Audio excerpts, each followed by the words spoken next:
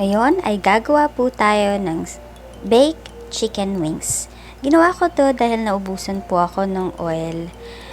Konti na lang po natira so hindi na siya pwede ma-deep fry. Pero na-surprise ako dahil super crispy niya. Ngayon ay kinakat ko na po ang ating chicken wings. 3 po yan, good for 1 serving, so naging 6 na siya. Pagkatapos ko pong hugasan yung chicken wings, is strain po natin siya para mas kumapit ang lasa. Ngayon ay kailangan po natin ng garlic. Mas masarap po pag mas maraming garlic. So, yan siya. And then, press po yung garlic. Then, i-mince po after. Pero pag may garlic powder po kayo, pwede rin po yung gamitin. Now ay gagawa na po tayo ng seasoning. Yan po yung minced garlic na na-prepare na natin kanina. Then, lagay po tayo ng 1 tablespoon of ground pepper. Black pepper po yan. Spanish paprika. So, 1/2 tablespoon lang po. Tsaka cayenne pepper. 1/2 tablespoon lang din po. Yan. Medyo naubusan po tayo ng cayenne pepper dyan.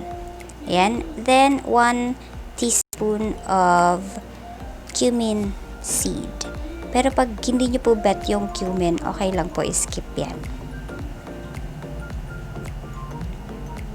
Ayan, naglagay po ako ng 1/2 tablespoon of flour and maglalagay din po tayo ng 1 tablespoon of baking powder.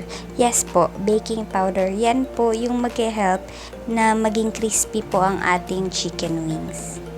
At saka po, kung gusto niyo pa po ng extra spicy, naglagay din po ako ng gochugaru or yung red pepper flakes po.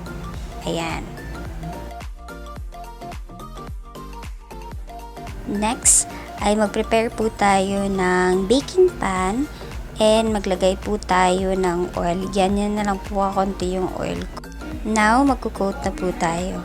Yan po karami yung excess water na nakuha natin sa chicken wings. Now, is i-rub na natin yung rub mixture sa ating chicken wings. Make sure po na nanghugas kayo ng kamay before starting.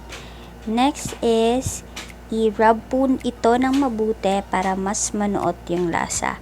After po nyan is i-place na po natin siya sa rack and i-bake po natin yan for 30 minutes. Depende po kung gaano po karami yung nilagay nyo. Sa akin po is 30 minutes lang luto na.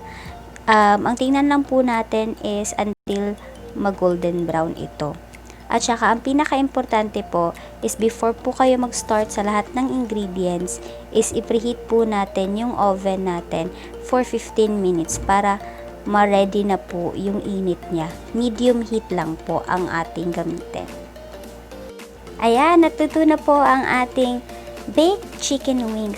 Super crispy po nito, sobra. I-try nyo po. Thank you for watching.